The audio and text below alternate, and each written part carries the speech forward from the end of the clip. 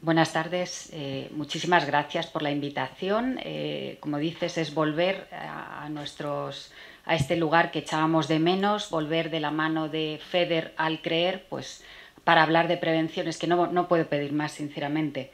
Efectivamente, comentaba yo que sois muy valientes porque, bueno, somos un colectivo de personas con una serie de enfermedades, y que una persona con una enfermedad quiera pensar en otras personas que puedan venir en lo sucesivo para que no tengan que pasar por lo que todos estamos pasando, realmente es muy valiente y tiene un valor increíble. Por tanto, no puedo más que estar agradecida y, bueno, pues mostrar mi admiración por ese punto de vista tan generoso y tan abierto y tan de futuro, ¿no? Vamos a hablar de prevención primaria. Está claro que cuando una pareja va a tener un hijo, pues reciben múltiples veces esta misma pregunta: ¿qué queréis, que sea niño o niña? Bueno, pues unos nos dirán niño o niña, pero luego todos nos dicen esto: lo que queremos realmente es que el bebé nazca sano, ¿no? Y para eso es muy importante tener en cuenta la prevención. Trabajamos dentro de los Objetivos de Desarrollo Sostenible y en concreto el objetivo 3, salud y bienestar. Y para conseguir esa salud y bienestar es muy importante la prevención. Prevención que también está contemplada en nuestra estrategia de enfermedades raras del Sistema Nacional de Salud, de la cual sabéis que hay 2 ediciones, se ha ido renovando y actualmente, ya después de un proceso de revisión, pues también saldrá una nueva edición, ¿no? Ahí estamos. Hay diferentes niveles de prevención, como ha mencionado María Tomé, bueno, prevención primaria, secundaria, terciaria, y esta mañana también hemos hablado de prevención cuaternaria, que muchas veces no se contempla, pero que para los pacientes es tan importante, ¿no? La prevención primaria, nuestro objetivo siempre es mejorar la salud de las personas de diferentes formas y a distintos niveles en diferentes momentos de todo el proceso de enfermedad. Hay una prevención primordial. Creo que las diapositivas no las veis demasiado, quizá las personas que están en streaming probablemente las vean mejor. Hay una prevención primordial que afecta a toda la población general, y de esta se encargan mucho todas las políticas a nivel de salud y a nivel social. Y una prevención primaria que lo que tiende es a reducir la incidencia, o en términos más coloquiales, la frecuencia de la enfermedad. También una prevención secundaria, una vez que ha aparecido la enfermedad, tratar de reducir sus consecuencias, y una sintomática y ya terciaria, que avanza, progresa un poquito más y lo que procura es reducir también, pero en otra etapa, esas consecuencias de la enfermedad. Nosotros trabajamos dentro de estos 3 niveles principales de prevención. Lo que procuramos fundamentalmente es la prevención primaria, aquella que tiende a evitar que la enfermedad se produzca. Tenemos que poner todos los medios en el origen para tratar de que la enfermedad no aparezca, no que la aniquilemos, sino que no aparezca la enfermedad, ¿vale? Por tanto, en ese sentido tenemos que ir procurando una serie de medidas. Luego vamos a ver unas cuantas. Aquí vemos, bueno, este es un gráfico original de James Heckman, que fue premio Nobel en Economía, que lo que nos decía era que la inversión en capital humano, y en concreto el desarrollo durante la primera infancia, es una inversión inteligente. Él lo veía en términos económicos, inversión, pero en términos sociales también tenemos que verlo como inversión, porque realmente el fruto que se obtiene de esa inversión es súper importante, el más importante para las personas, ¿no?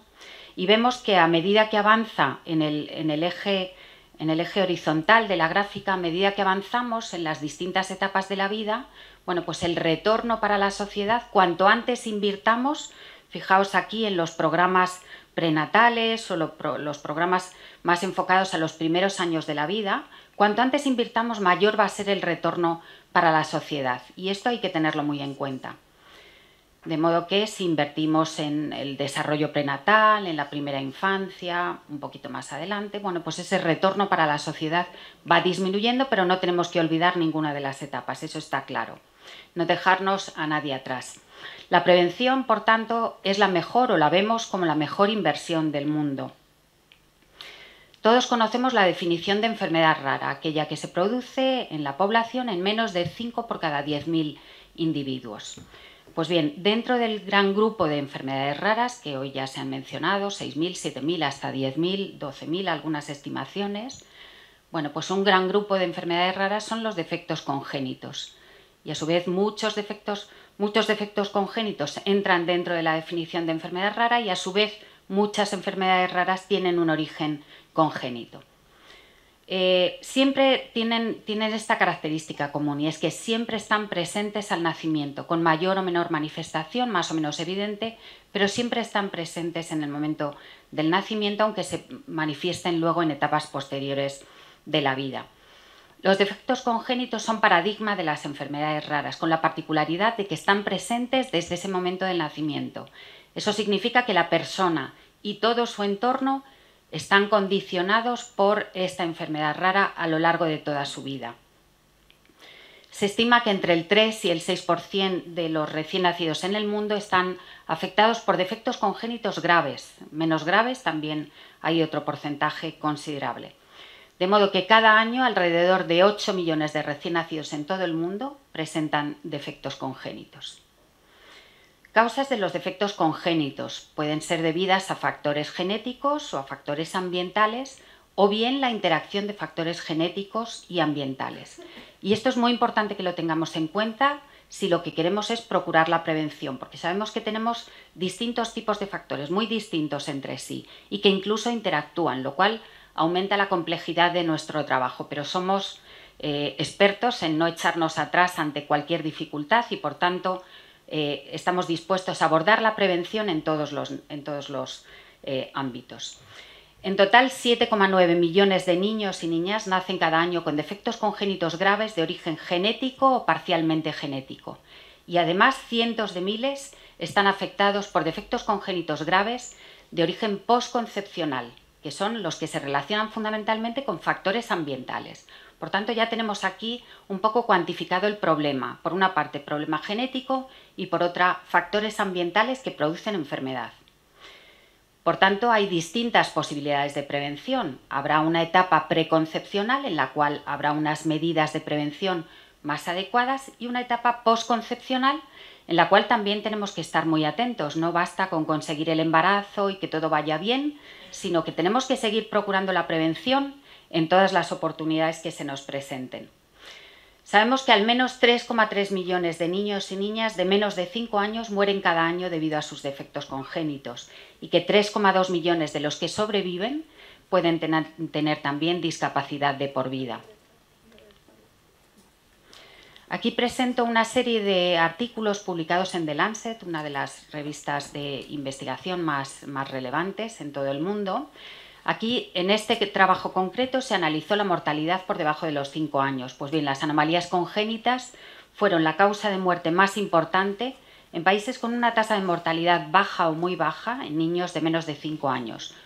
Por ejemplo, países como España, países en los cuales la desnutrición o las infecciones tienen un papel un poquito más residual que en otros países más en vías de desarrollo o que todavía no han alcanzado un nivel de desarrollo considerable.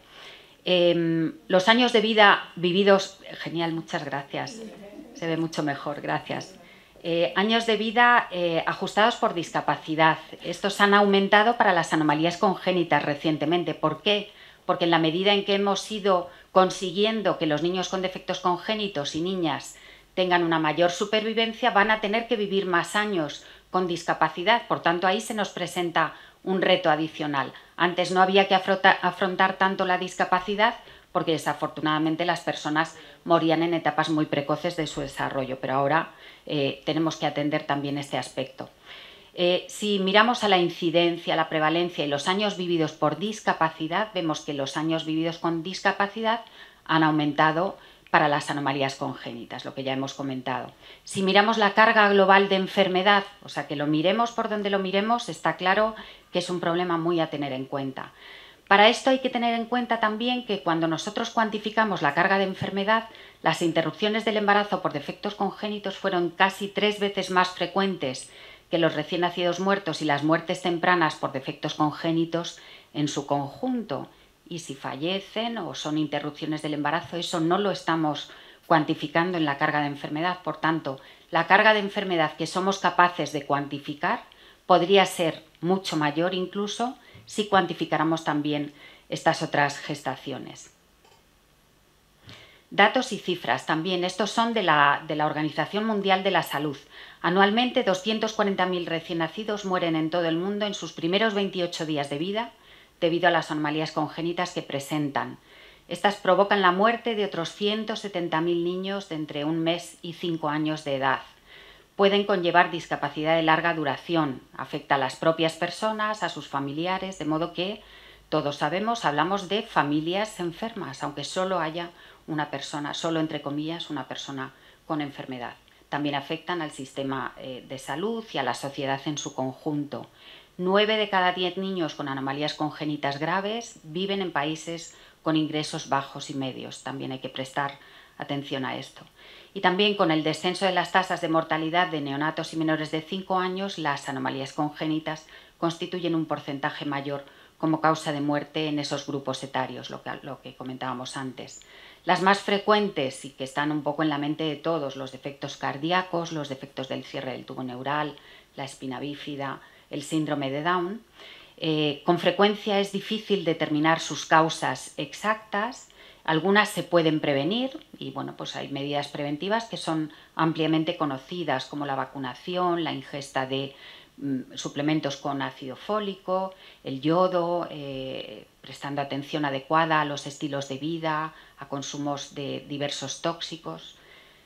Si en esta gráfica miramos las causas de muerte en menores de 5 años, en esos recuadros he marcado aquellas que se deben a anomalías congénitas. Y a medida que progresamos en la gráfica hacia el lado derecho, lo que vemos es que aumenta ese porcentaje relativo, esa proporción relativa de causas debidas a anomalías congénitas a medida que disminuyen las otras causas, ¿no?, en países más desarrollados. La proporción de muertes de menores de 5 años por anomalías congénitas aumenta a medida que la mortalidad por otras causas se controla o se disminuye en ese grupo etario. Y representan hasta el 30%, esa es una cifra muy acorde con nuestro país, de las muertes en áreas con baja mortalidad en menores de 5 años. Cada año, además, se registran 1,9 millones de nacidos muertos. En muchos de ellos la causa de la muerte son precisamente sus defectos congénitos y los defectos cardíacos y defectos del tubo neural son responsables de más de la mitad de las muertes neonatales debidas a defectos congénitos, por supuesto teniendo en cuenta además las interrupciones del embarazo por defectos congénitos. Y si atendemos a los costes, bueno, pues en este trabajo que se publicó el verano del año pasado, en Estados Unidos, en el año 2019, los costes que estimaron además han ido en aumento. La estimación anterior de unos años antes era 4 millones inferior. Bueno, pues alcanza los 22.200 millones de dólares. Está clara la importancia cualitativa y cuantitativa de los defectos congénitos. Por tanto, es muy importante la investigación, la formación y la educación, que sabemos que son cosas diferentes.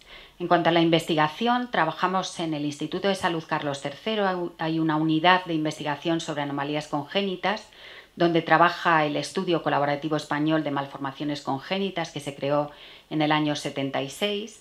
Aquí os muestro simplemente los 166 hospitales de toda España que han aportado datos a este programa de investigación.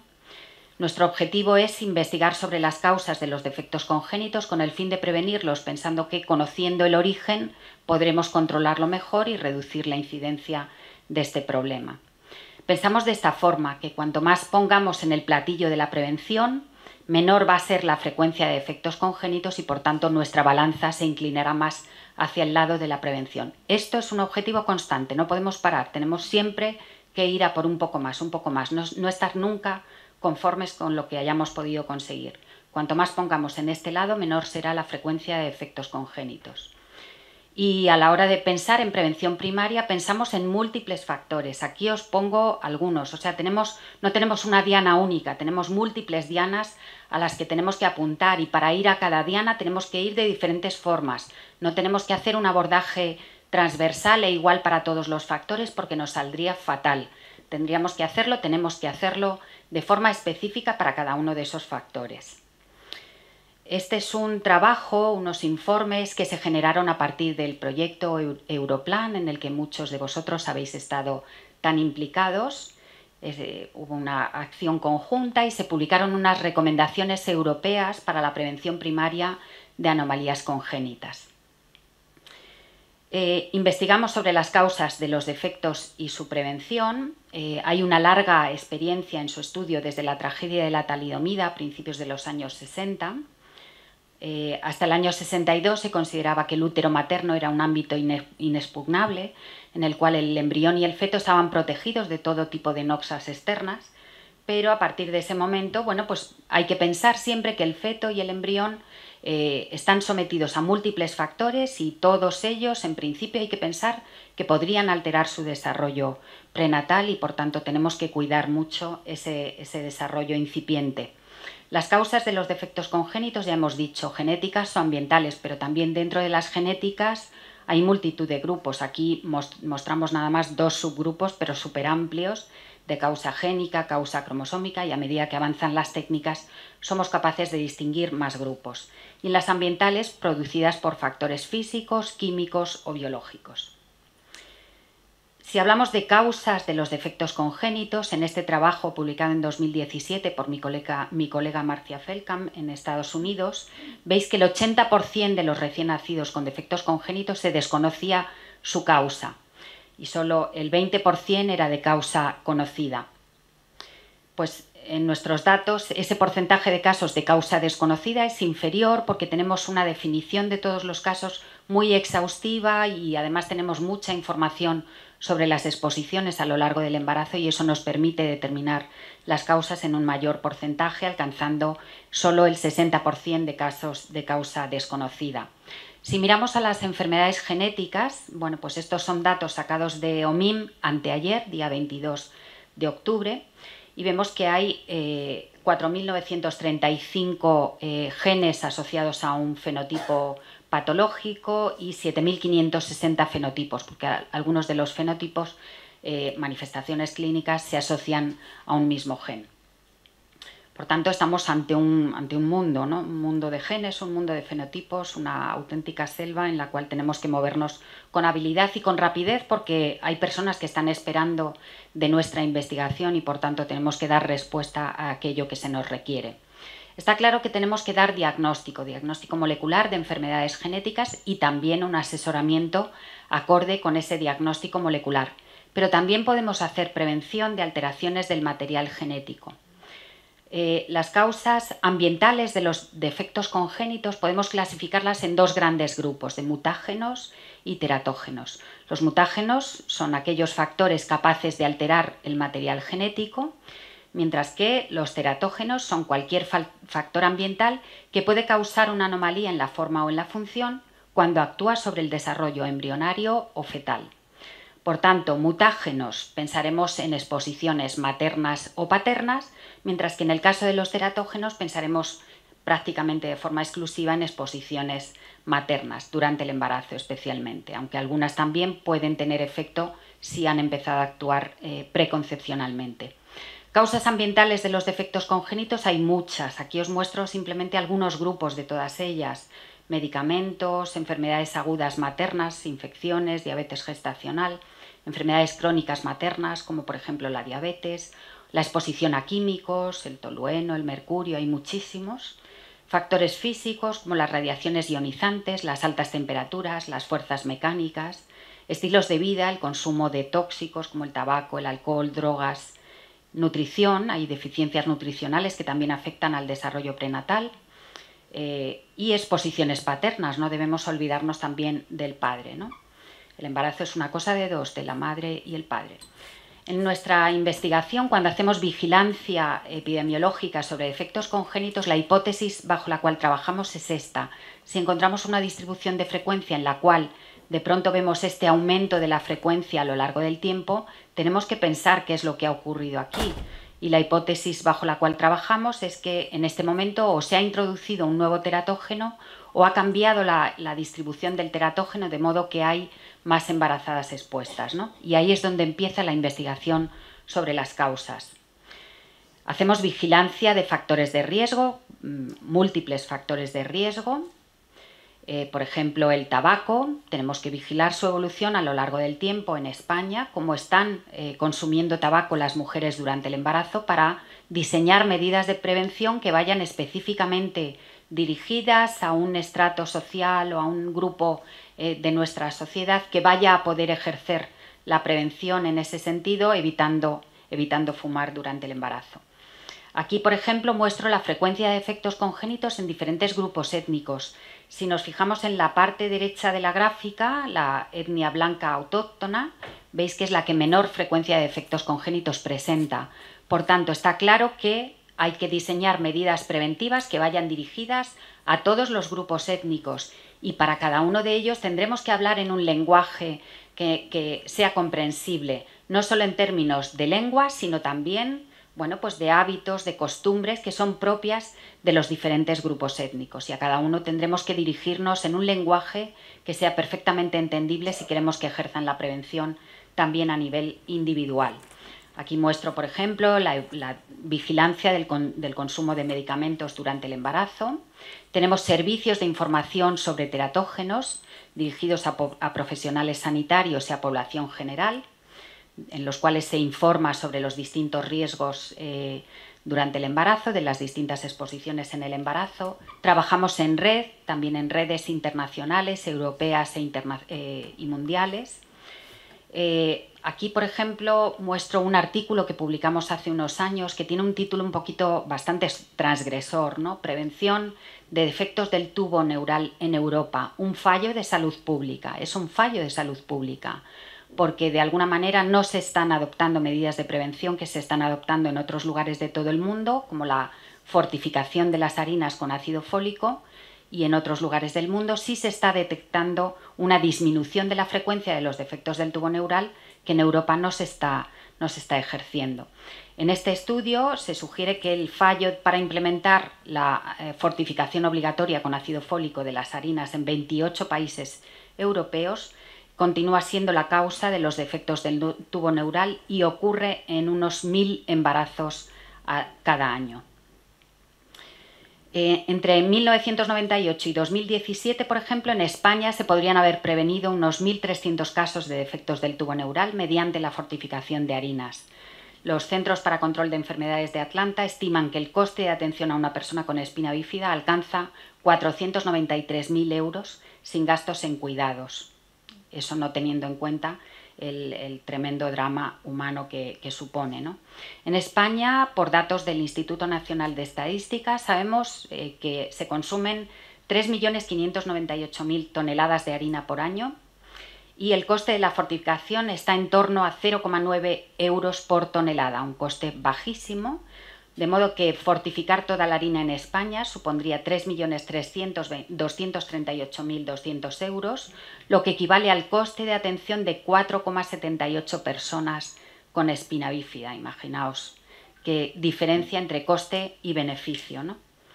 Según la frecuencia basal, cada año se producen en España 165 embarazos con espina bífida y se podrían evitar 118. Cifras muy elocuentes, y esto ocurre igual con la anencefalia, otro defecto del tubo neural. Y tenemos que estar siempre vigilantes porque, por ejemplo, el fentanilo que es una droga, bueno, en principio se utiliza en los quirófanos como anestésico, pero cada vez se ha ido haciendo más asequible y más al alcance de la población general. Y fijaos que el fentanilo parece... Aquí seguro que muchos de vosotros podéis identificar una serie de rasgos faciales comunes en todos estos niños que han estado prenatalmente expuestos a fentanilo. Es decir, que cualquier factor nuevo que aparece en la población al cual pudieran estar expuestas las embarazadas tiene que ser objeto de nuestra investigación. Hemos hablado de investigación, pero es importante la formación de profesionales y educación de la población. Por eso mencionaba yo antes que son conceptos distintos. Formación de profesionales, educación de la población. Y todos tenemos una responsabilidad en la prevención. Nadie podemos dejar de darnos por aludidos. Todos podemos ejercer la prevención de alguna forma. Formación continuada, ejemplo, pues esta escuela de formación FEDER, que está realizando una labor de difusión increíblemente buena, ¿no? Este es un ejemplo de una de las reuniones anuales que celebramos en nuestra red clínica. Este fin de semana pasado hemos celebrado la 45ª. ¿Y cómo se debe actuar a nivel individual para la prevención primaria de defectos congénitos? Primera medida preventiva, planificar el embarazo. El embarazo no lo planifica la mamá, lo planifica la mamá y el papá. Y deben hacerlo, bueno, pues también en coordinación con sus médicos. Hay que planificar los embarazos en edades adecuadas. Sabemos que en las mujeres a partir de los 35 años hay más riesgo para anomalías cromosómicas en sus hijos. En los hombres a partir de los 35-40 mayor riesgo para mutaciones, otra forma de prevenir problemas genéticos. Planificación del embarazo junto con el médico, porque el médico también tiene que hacer su labor de prevención. Tanto el hombre como la mujer deben modificar ciertos hábitos desde 3 meses antes de abandonar el método anticonceptivo, no ingerir bebidas alcohólicas ni consumir ningún tipo de drogas. ¿Por qué 3 meses antes? Pues porque nunca sabemos cuándo se va a producir la fecundación y por tanto pues mejor estar preparados desde antes de que se produzca. No fumar ni estar expuestos al humo de otros fumadores, limitar el consumo de cafeína, evitar exposiciones a sustancias químicas tóxicas, por ejemplo en el entorno laboral, adoptar todas las medidas de prevención, utilizar los medios de protección individual. Muchas veces se le pierde el respeto a esas exposiciones con las cuales estamos en contacto todos los días. Bueno, pues no hay que perderles el respeto y hay que protegerse. Seguir una dieta sana y equilibrada, suplementación diaria con ácido fólico, de acuerdo con su médico, y no automedicarse. Y eso significa no tomar medicamentos que no ha prescrito un médico y no dejar de utilizar un medicamento que ha prescrito un médico, sin contar con su opinión, su parecer. Ante cualquier problema de salud, consultar al médico, realizar una consulta preconcepcional o pregestacional en la cual se pueden repasar un montón de factores de los que hemos estado comentando y hacer las recomendaciones oportunas, realizar una analítica general, comprobar que todo está en orden, comprobar el estado inmunitario, saber si hay inmunización frente a ciertas infecciones que sabemos que son nocivas durante el embarazo, comprobar el estado inmunitario y vacunar de aquello de lo que se pueda vacunar antes de la gestación. Otras medidas preventivas en casos de enfermedades de transmisión sexual, identificar pacientes que tengan enfermedades crónicas, que conlleven tratamientos farmacológicos crónicos y establecer el control del embarazo de acuerdo también con el especialista que sigue la enfermedad. Evitar exposiciones tanto maternas como paternas que incrementen el riesgo para defectos congénitos desde antes de quedarse embarazada.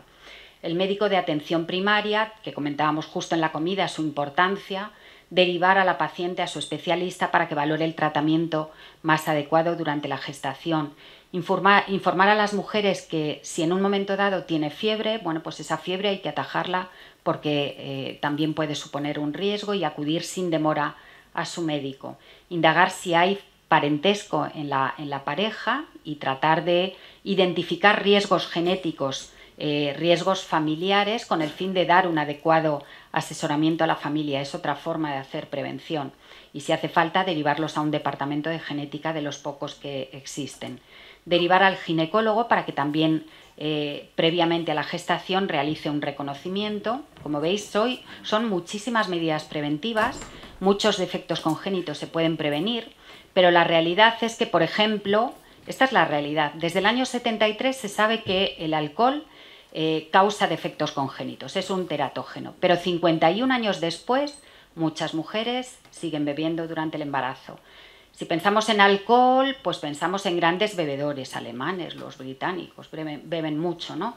Pero si repasamos en nuestros álbumes de juventud, pues es posible que encontremos alguna fotografía de estas en una de nuestras plazas de cualquiera de nuestras ciudades, ¿no? Bebiendo alcohol. Sabemos que el alcohol, en cuanto se bebe, rápidamente alcanza todo el torrente circulatorio y el alcohol pasa rápidamente de la madre al embrión y el feto. E igual que consideramos esta imagen como inadecuada, lo es que su madre beba durante el embarazo y que le esté transmitiendo ese alcohol que perjudica su desarrollo. El alcohol produce múltiples problemas en el embrión y el feto y es la primera causa no genética de discapacidad intelectual.